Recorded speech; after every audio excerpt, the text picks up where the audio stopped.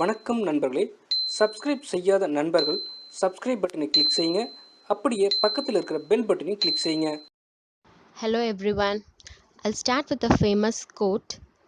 Once we believe in ourselves, we can risk curiosity, wonder, spontaneous delight, or any experience that reveals the human spirit, said by E. E. Cummings. The self esteem movement has swept through Western culture over the past 50 years, with parents and teachers believing on the idea that improving children's self confidence will lead to improved performance and a more successful life. The most successful people have the highest confidence in themselves, right? The most mental or emotional problems people face could be due to low self esteem. So, improving an individual's self esteem could not only result in better performance but could even cure pathology. There have been thousands of papers published and studies conducted on the relationship between success and self esteem. So, before we begin to explore the complexities of self esteem, it is essential to unpack the differences between the overlapping concepts of self efficacy, self confidence, and self esteem. While most people think of self esteem and self confidence as same and rarely think about the term self efficacy, these three terms hold slightly different meaning. First, we'll see about self efficacy. Self efficacy is individuals' beliefs about their capacity to influence the events in their own lives. This differs from self esteem in an important way. The self esteem often rests on the ideas about an individual's worth or worthiness, while self efficacy is rooted in beliefs about individuals' capabilities to handle further situations. Self esteem is more of a present focused belief, while self efficacy is more of a forward looking belief. And the next is self confidence. Self confidence is simply believing in oneself. It is individuals' trust in their own abilities, capacities, and judgments, or belief that he or she can successfully face day to day challenges. Self confidence also brings about more happiness. When you're confident in your abilities, you are happier due to your successes. Also, when you're feeling better about your capabilities, the more energized and motivated you are to take actions and achieve your goals. Self confidence is also similar to self efficacy. It tends to focus on individuals' future performance.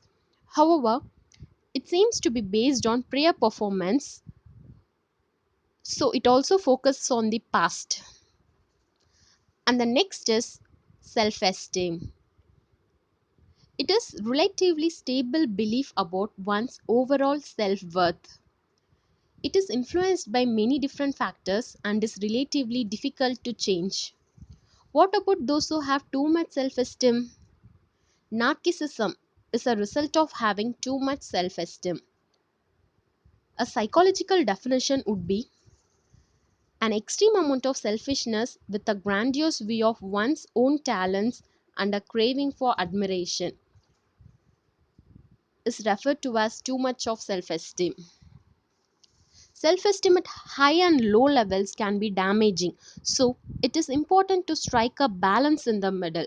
A realistic but a positive view of a self is often ideal. There are three components which make up self esteem. Self esteem is an essential human need that is important for survival and normal healthy development. Self esteem arises automatically from within based on a person's belief and consciousness. Self esteem occurs in conjunction with a person's thoughts, behaviors, feelings, and actions.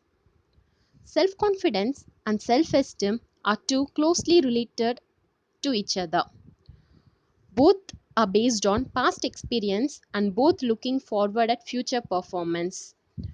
So, going forward, to keep this confusion at a minimum level, we'll consider self confidence and self esteem to be the same concept. The importance of self confidence are: first, high self esteem is associated with better health, better social lives, protection against mental disorders and social problems. Children with high self confidence perform better at school and later in life have higher job satisfaction. Self esteem is also strongly linked to happiness, with higher levels of self esteem predicting higher level of happiness. High self confidence has even been found to increase chances of survival after a serious surgical process. The success of individuals with high self esteem lies in some of the attributes. We'll see some of the attributes: a greater sense of self worth, greater enjoyment in life and in activities, freedom from self doubt, freedom from fear and anxiety, freedom from social anxiety, less stress, more energy and motivation to act, a more enjoyable time interacting with other people at social gatherings. When you are relaxed and confident, others will feel at ease around you. You all have come across a quote that too much of anything is good for nothing. Yes, of course. There are also few consequences of self-esteem education. It is believed that a positive self-image is key to a happy and successful life. Thus, the self-esteem era of education was born. Children of this generation are taught in schools and at home to consider themselves to be special, to only focus on their positive traits, and to receive praise for every little accomplishment. We have to boost self esteem, but in a more measured and cautious manner. We have to encourage parents and teachers to give children praise in order to increase their self confidence, but only as a reward for socially desirable behavior. This method ensures that children receive some positive attention and have the opportunity to develop a healthy self esteem. We all have come across the word fear. Yes, there are also benefits of fear. By fear only, we can practice courage and build confidence. Fear is there to protect us from physical danger. It is our instinct to prevent ourselves from being eaten by a predator. The less we experience opportunities for mistakes and failure, the more scared we become of what could happen if we were to step outside of the comfort zone. To build confidence, you have to practice confidence. Many of us would like to have higher self confidence but struggle to overcome insecurity, fear, and negative self talk. There are many methods to practice self confidence. First, we have to stand or sit in a posture of confidence. That is, confident body posture create positive hormones in our body. And second is practice presence. We should begin to observe ourselves and our surroundings. And third is build your capacity for energy. A bit of stress can be useful to keep us alert and give us the extra energy needed to perform. And the fourth practice is exercise regularly. Do you all exercise every day? Yes, few people do. Exercise has a powerful effect on our confidence. Regular exercise release endorphins, which in turn interact with the opiate receptors in the brain. This endorphin is a happy hormone.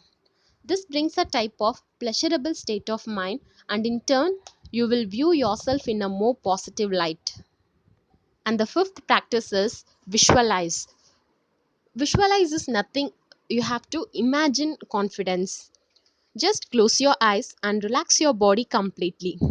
Stay firmly connected with the sensation of relaxation and in your mind's eye. See yourself speaking on camera or doing whatever activity for which you require more confidence. Sixth practice is you have to give yourself permission to be in the process. You have to take risks and make mistakes. From the outside, we often think, wow, everybody else is more happy, beautiful, creative, successful, active than me. I'm not good enough to be like them. We have to work hard to face our weakness. Even those who are exceptional in some areas of life are likely struggling in others. Allow yourself to be a learner.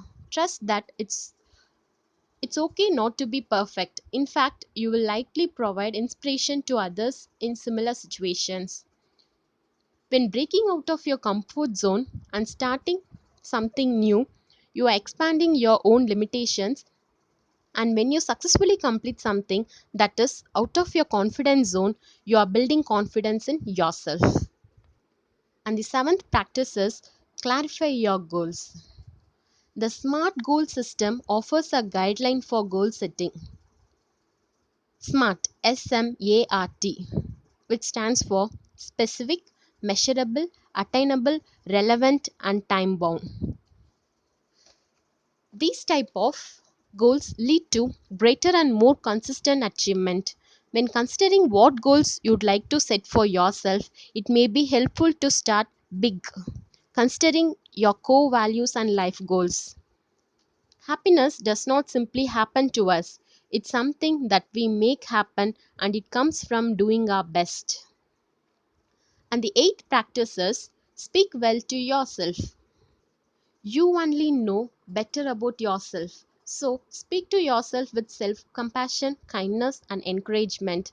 After all, the most important relationship you have in your life is with yourself.